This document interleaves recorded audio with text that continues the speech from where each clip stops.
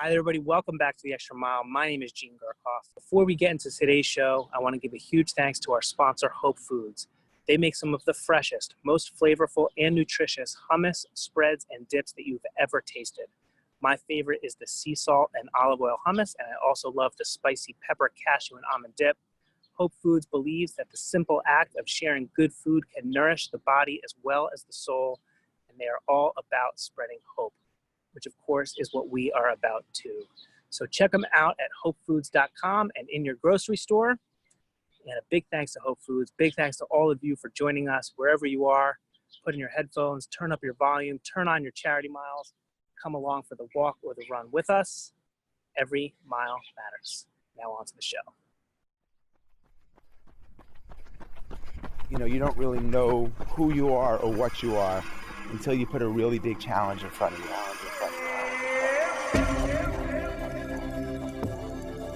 Fear is an asset and ally here to help you be magnificent. This crazy, silly, stupid idea to run across the Sahara Desert. You did make it this time, but you said if you didn't make it, you would try again and again. Everybody's connected to nature, connected to music, to their families, and now we're going to build a world that doesn't have racism and war and starving kids. I kept telling myself, run at me, and just keep smiling. Good morning, Terry. Good morning, Gene. Looks like a beautiful day where you are. Where are you walking right now? I'm walking in Manhasset, Long Island. Oh, wow. Very in the nice. Plandome section of Manhasset, which is a small little village that's incorporated in Manhasset. Plandome. I don't think I've heard of that. Sounds nice though. Manhasset's beautiful. Looks like you got a blue sky. Absolutely. Plandome is on the Port Washington line of the Long Island Railroad. Okay. And it is a stop that they only make every other train. So it's a little bit of a well-kept secret. Very nice. Well, I'm really excited to be talking with you today. You are with Tuesday's Children, which is one of our newest charity partners. And, you know, there's a few things that I was hoping that we could chat about, but I guess the first would be if you could just introduce yourself, let us know a little bit more about you and Tuesday's Children and the work that you guys do. Sure. So my name is Terry Sears, and I'm the executive director of Tuesday's Children. And I've been with the organization really since the beginning. I didn't found the organization. This was not my idea. But I went to Tuesday's Children's first fundraiser in March of 2002. So it was about 5 months after 9/11. And where I'm walking here in Plandome, many families were lost. I mean, part of the reason why people live in Manhasset or Plandome is it's quick commute to New York City. And, you know, hop on a subway and in 5 stops you're downtown. And whether or not to the Trade Center, to work for Cantor Fitzgerald or, you know, Morgan Stanley or the many, many other companies that were in the Trade Center. So it made it a town that was heavily impacted by the events of Tuesday, September 11th. So Tuesday's Children was started to provide long-term support to the 3,051 children who lost a parent on Tuesday, September 11th, hence the name. Sometimes people forget that September 11th, 9/11 was on a Tuesday. They don't know what our mission is, but we were named Tuesday's Children. And I actually came on as the first board chair. I had some nonprofit foundation experience, which I wanted to be helpful in any way I could, as so many did after 9/11. And, you know, just really have grown to know the families and the kids. And it feels like sort of a second family to me, Tuesday's Children, watching so many of these kids grow up. But our mission has expanded quite a bit since 2001, just out of necessity, given all the other sort of terrorist attacks, and also out of desire by the kids themselves to reach out to other people around the world that have been impacted by terrorism or mass violence. I mean, and you know, these kids aren't kids anymore. So No. you've seen a lot of them grow up. Yeah, so the youngest kids are about 18 going on 19. I mean, there was 108 kids born after 9/11. So there actually is a fairly large cohort of kids that are just, graduating now and going off to college. We still provide, educational and kind of career support to the younger 9/11 kids. So, when someone lost their parent, and in most cases it was a dad, they also lost their career coach. So we provide something called career mentorship to the children to kind of fill in for what, and I'm not being sexist at all, but maybe what a mom may not know about finance, or what a mom may not know about, interviewing skills or a LinkedIn profile or things like that. So we provide that kind of support almost on a monthly basis. We have some kind of program that could be about, resume writing or preparing your LinkedIn profile or interviewing skills, and it's kind of like straight shooting from HR professionals say, like whatever you do, make sure you've researched the company. Whatever you do, don't, that kind of support that a dad would give a kid, where it's, unvarnished, so to speak. Was it mostly, I'm sure it was mostly, but was it all dads that were lost? No, 7 out of 8 were dads. So there certainly were moms, and 2 income families, working families, etc. So it was a whole host. I mean, people from over 90 countries were impacted by 9/11. So I hate to generalize, Right. but it was mostly dads. And how many families do you serve? So we have served 35,000 individuals. Probably, wow. I would say now there's about 8,500 families in our database, but that also now includes the Gold Star families. So after the 10-year anniversary of 9/11, we were looking at a more permanent mission, because we thought, we're not going to be able to get till the kids are grown up unless, people are going to say, hey, this was 20 years ago. Hey, this was 10 years ago, or whatever. So we wanted to look at the ripple effect of 9/11. And that were that, 2.4 million people that signed up and went to Iran and Afghanistan. And unfortunately, so many, over 20,000 have lost their lives when you include the suicides. So, 7,500 plus in the battlefield, but there are 11 post 9/11 suicides a day. So, I'm not sure I understand why, but, I would say about 35% of all the Gold Star families in our database have suffered the loss of their loved one owing to suicide. Wow. So when we say that we have 8,500 families, that also includes the Gold Star families. And are they all based in the New York area, or are they now around the country, around the world? So, the 9/11 families mostly ranged from Boston down to Washington. Obviously, the Pentagon families, the people from the plains up in Boston, and in New York, the tri-state area, heavily situated. But, a lot of families moved away from New York, a considerable amount to Florida, others to Colorado. There were families in California because that's where the planes were headed. Now, with the Gold Star families, they're all over the country, right, if not in some cases, all over the world.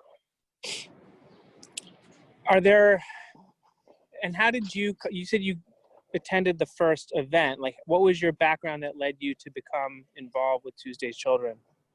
So I was a mom, but one of those moms, that was on the school boards of my kids' schools. And it was something my parents, who had been involved in philanthropy and had family foundations, had kind of inculcated in myself and my 8 brothers and sisters, to give back. So I, knew what it meant to be on a board of directors. And I kind of, had experience with nonprofit a little bit, in my DNA. And I don't want to kind of oversell that because I was a mom raising 4 kids. My youngest at that point was about 18 months. And, 9/11 changed so much. And being in a town of Manhasset where literally in the neighborhood that I'm walking around in, uh, there were 10, 12 families that I almost could throw a stone at their house and they had lost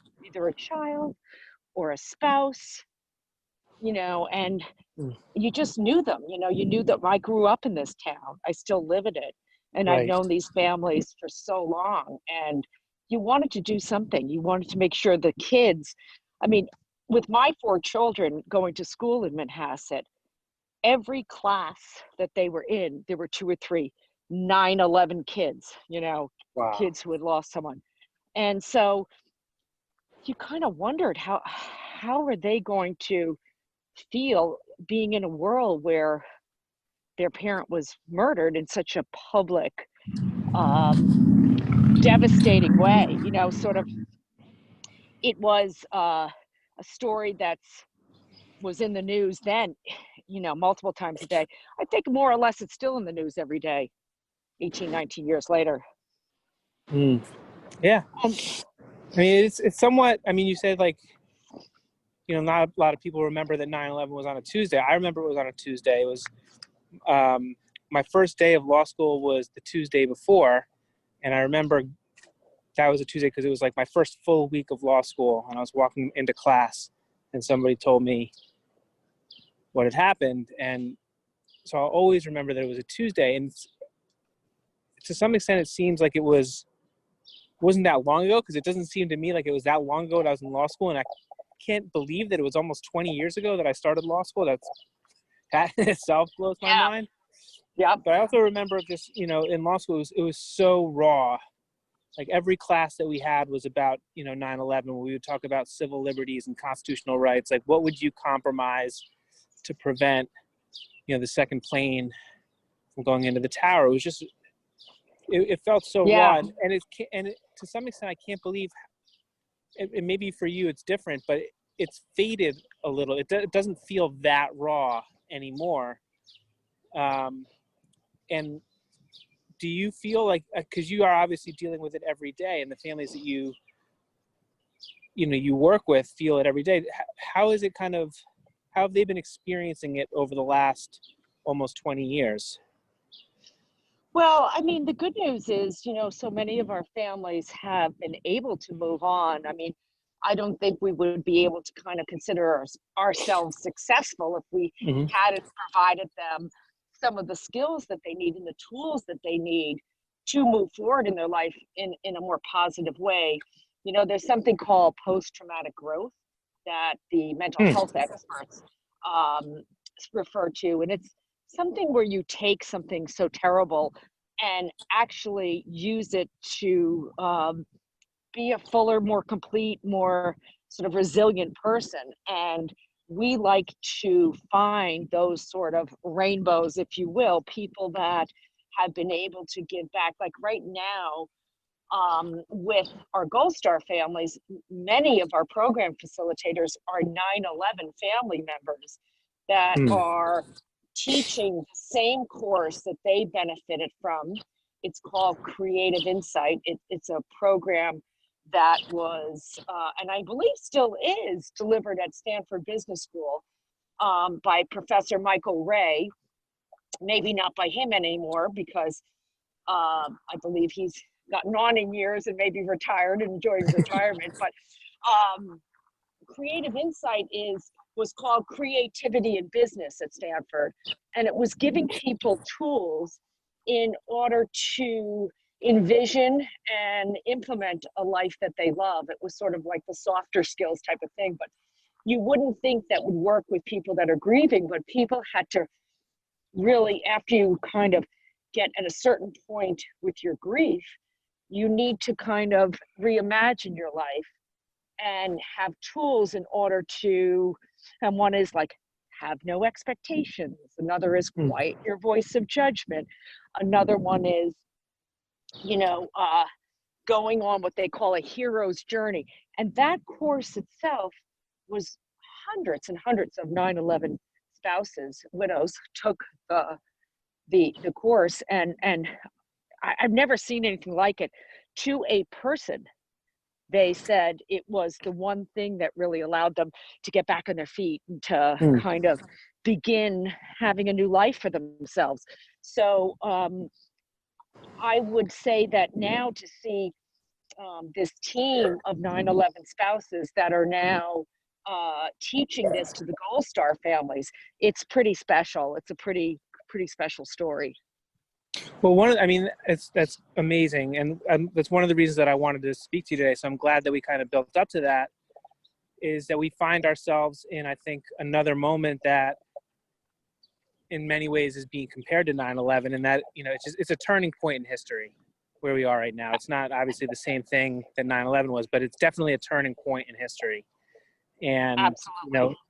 There's a lot of people who we've lost, and the economy, and people have lost their jobs, and people are experiencing this event in many different ways, and for many it's very traumatic. And when we started to work together almost a month ago, I was particularly honored by the fact that it's almost like the victims of the last tragedy are stepping up to help the victims of the current one, and all that we could learn from you, and the way that you've helped those people, move on with their lives, and as you said, post-traumatic growth, which I think is an incredible term, could be so helpful for so many of us that are experiencing this tragedy right now. So I really like that concept of post-traumatic growth, and I was wondering if you could maybe dive a little into that, and like what makes the difference between someone who experiences post-traumatic stress disorder and somebody who experiences post-traumatic growth. I would say this, that it's a little bit like the two roads diverging in the woods type of thing. You can it's the people that choose every day, I think, to either do X or to Y. And I would say the kids that I've seen that have taken their loss, there's just so many stories of these young people of the 3051 that are doing good for others. And you mentioned this time of COVID. I think this has the same kind of unreal kind of aspect to it. It has the same kind of idea that, am I going to wake up and I actually hit my head and this was all a weird dream? That like the same way 9/11 was, where you almost felt like, how could that in the United States of America, jetliners into the tallest buildings and into the Pentagon? There's this has a sci-fi nature about it as well, the COVID thing that 9/11 had, where for a long time you almost can't integrate it into your rational thinking. It's like, whoa, is this really happening? So I would say, getting back to the kids and the post-traumatic growth, giving them opportunities, what we do at Tuesday's Children is really build on the strength in community. So for instance, going back to my kids' classes, from kids in this beautiful neighborhood that I'm so fortunate to live in, they, people were looking at them as 9/11 kids, and no kid wants to be anything but just a kid, right?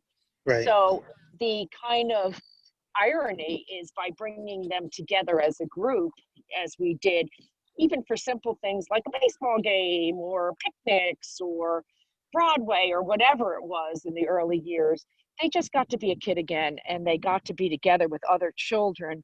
And you didn't have to tell them. They all knew why they were there. They didn't have to. It kind of normalized their experience and their loss. So I would say that just allowing them to have that normal interaction with other kids who had the same experience was really important. And I believe the same thing a little bit with the COVID. I heard about a family yesterday. They're trying to keep secret that they had COVID in their family, as if it was some sort of thing to be ashamed of or curse or whatever. Mm-hmm. I think that hopefully these families who have suffered, and it is traumatic loss for sure. We're hearing so many are dying alone, and so many people it's unexpected, and it's not something that,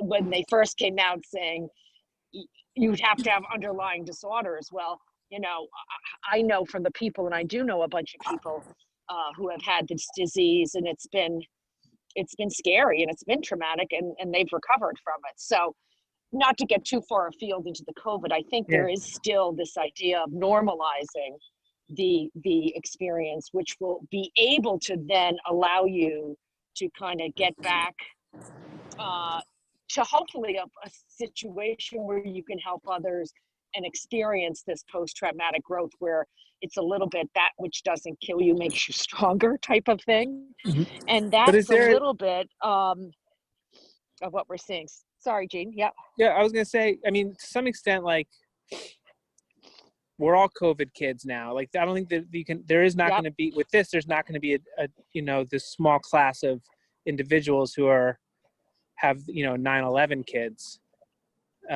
We're all, everyone is going to be a COVID kid. So we probably won't have that stigma or that feeling that the 9/11 kids had. But what have you seen makes the difference between the people who that are able to use their trauma as a catalyst for growth, and the others who experience more of a post-traumatic stress or anxiety or not able to grow as much? Well, I'm not a mental health Mm-hmm. practitioner, and I that's not my background or my expertise. But if I was to tell you just more or less anecdotally what I've seen, I think the kids that dive headfirst into programs and are willing to talk about it, are willing to kind of understand that this is something that they need to integrate into their life, as opposed to maybe run away from. I mean, certainly there are 9/11 kids who've had secondary losses and have had other misfortunes, and aren't doing so well. And sometimes I have to admit, we chase them a little bit to try to see if we can kind of get them within our midst to help them, but not, everybody. You can lead a horse to water, but you cannot make them drink. People have to access help when they want to, when they're ready. And I don't really know. I think, often it's, people, they're born with whatever kind of DNA, and maybe some family dynamics don't help. And, maybe they're just not ready. But the ones that come to Tuesday's Children that are ready to talk and ready to dive in, and we do kind of group dynamics, which has often some group therapy. Like, we have this program, Project Common Bond, that we're very proud of.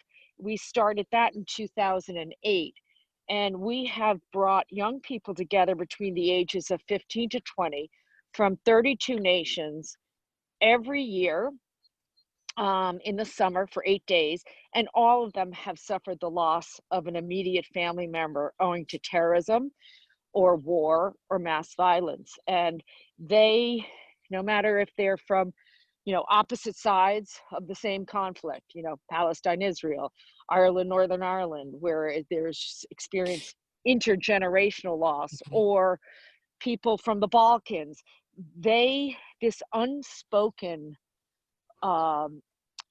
language of grief, like they know right away, they've got this bond that kind of it raises to a higher level of importance to the conflict itself. Like, they're in their hearts are aching, and they're able to kind of connect because of their shared loss of a family member in a way that's pretty special. And so this program, we're also proud to say we're going to be running virtually for the first time, because there was no way we could get have any assurity that the program would run in person months ago. Right. So we are running it on a virtual platform, and we're going to have a moment where people can dial into a Zoom kind of thing to see it in action. So Right. when I have that link, I hope, Jean, that you or people that watch this podcast might want to see the program in action. It's pretty special. Yeah, I would love to, and I would love to share it out. So that's actually, maybe something else, because you were also talking about that class at Stanford and like the, what they teach about, what was it, post-traumatic creativity? What was it called? So that is called, we call it creative insight, because Creative we insight. took the creativity in business, Professor Michael Mm-hmm. Ray's course at Stanford, and he helped us kind of retrofit it for this population of loss. It Right. was mostly women that took the class. So they kind of made it less entrepreneurial and a little bit Mm-hmm. more about real life stuff. Mm-hmm. And it really resonates with people, I think, particularly women. Is that what's going to be at the program that you mentioned?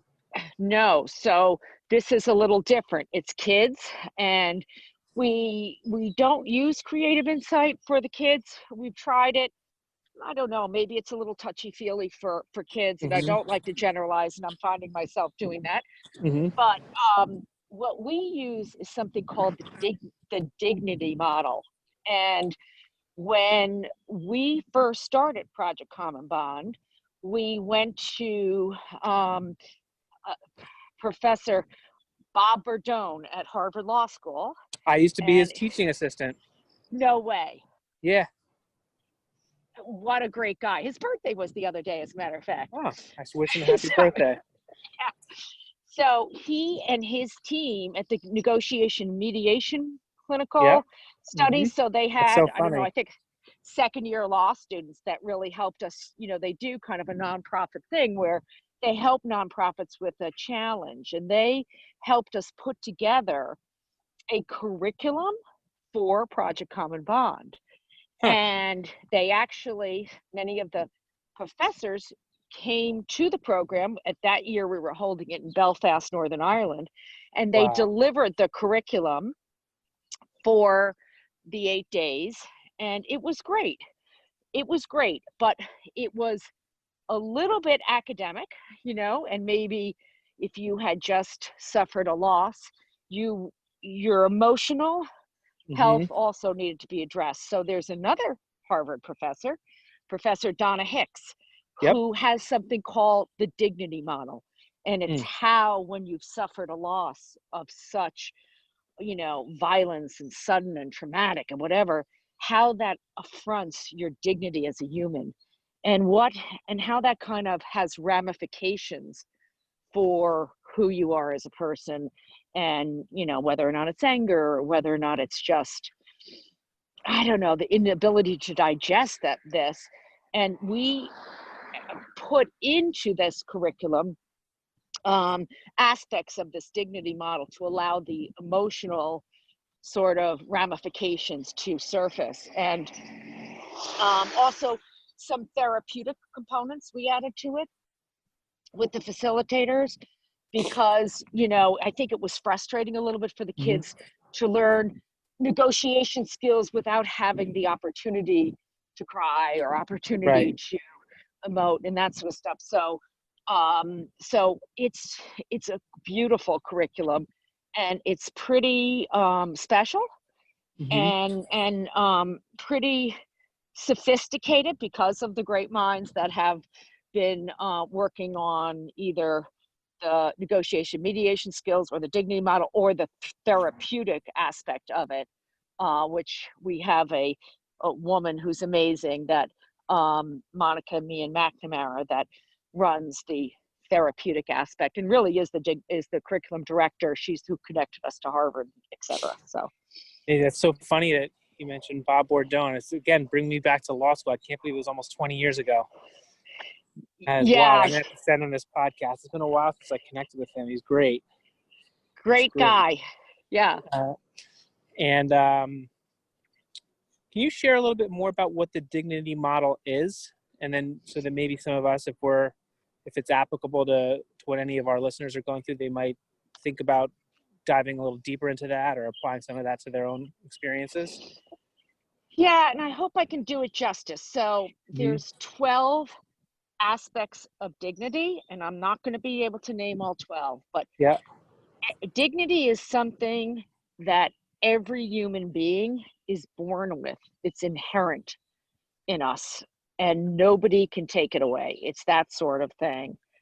And that there's something called dignity violations that each of us experience to one degree or another in our everyday life, and that being aware of those moments that you feel it was a violation of your dignity. And it could be as simple as the things, we're taught by our moms and, when you're young about, name calling and things like that, things that putting some, other people down. And I think that,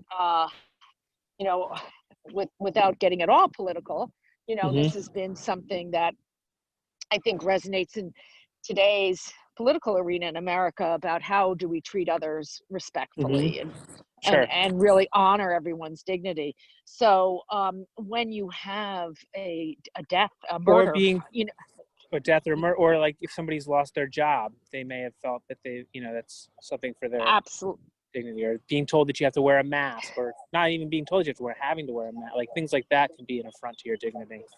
Absolutely. But I think that, being aware of how whatever is happening around you makes you feel is sort of like, I guess, the first step to being able to kind of wrap your arms around it. So kind of understanding, and I'm going back to Project Common Bond, where there's this like murderous loss, whether or not it's through war, mass violence, or through suicide of someone you love, that how that is almost demeaning and affronting to you as a human, where your dignity is so important to each and every one of us. And they work through the 12 aspects of dignity and work through the different ways that you can build that up in someone or tear it down. And I'm happy to send you the dignity model and all 12 kind of aspects of it in a way in which can explain it maybe a little better than I am doing now. Got it. And so when you understand what those 12 aspects are, does it share with you like how to approach or understand, like if you feel like a certain violation of any one of those 12 aspects of dignity, are there different ways of dealing with any one of those 12, or is it all like the same way to deal with all 12? Yeah, it's a way of sort of like honoring and a way of expressing when people have the feeling of their dignity. And it's not preachy, because sometimes that can seem like preachy, oh, my dignity, or so kind of highfalutin. And it isn't. It's really, I think, honoring who we are at our essence and making sure.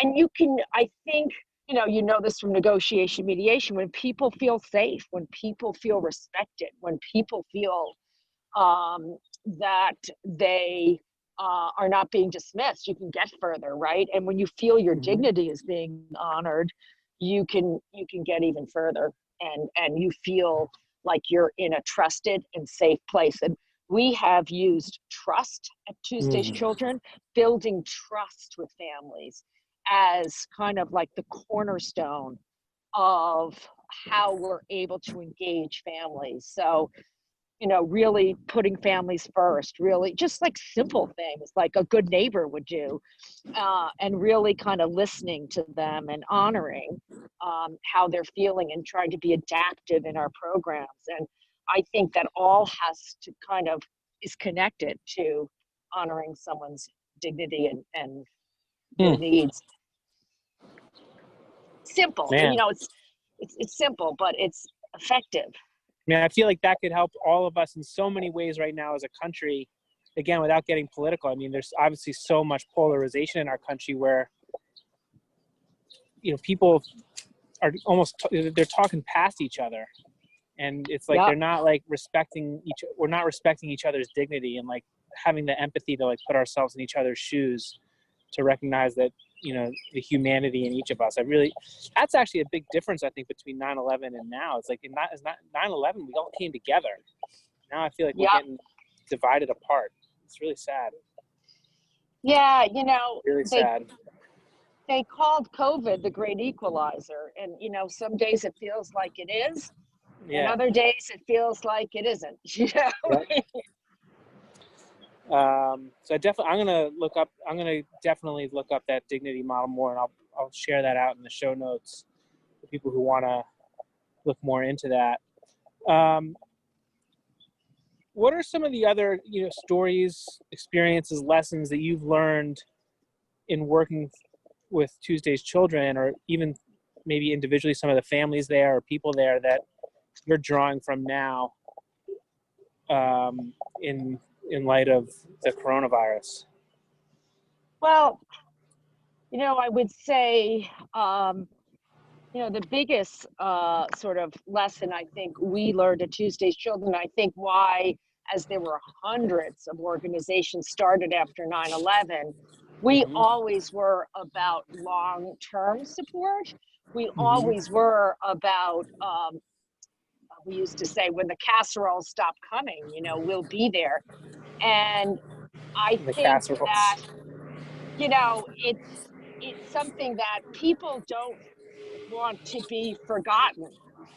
And for instance, this weekend, Memorial Day, Right. and how is COVID going to eclipse the parades, the memorial ceremonies, the things that allow Gold Star families in this country to never feel forgotten? And I think that COVID has, sort of eclipsed a lot, but I would say that, nobody wants to feel like their pain and suffering is being forgotten. And when things return to normal, I think that it'll be the same with all of us in this country. Like, what will COVID change and what will COVID not change?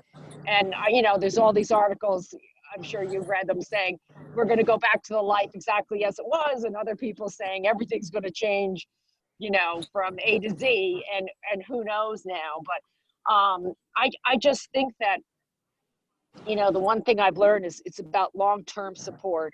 It's about building trust with families. It's about being adaptable to their needs. And it's also about being very positive about, we did not want to be another grief organization, because that kind of keeps you, it's important in the first couple of years, but we want to be the organization that goes beyond the grief and about more getting back on your feet.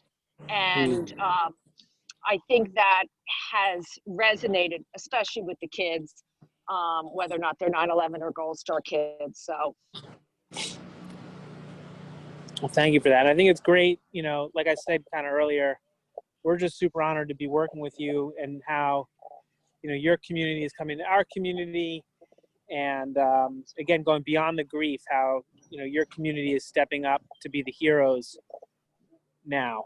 And so we're grateful for the opportunity to be working with you. I'm grateful for you taking the time to share all of this with us.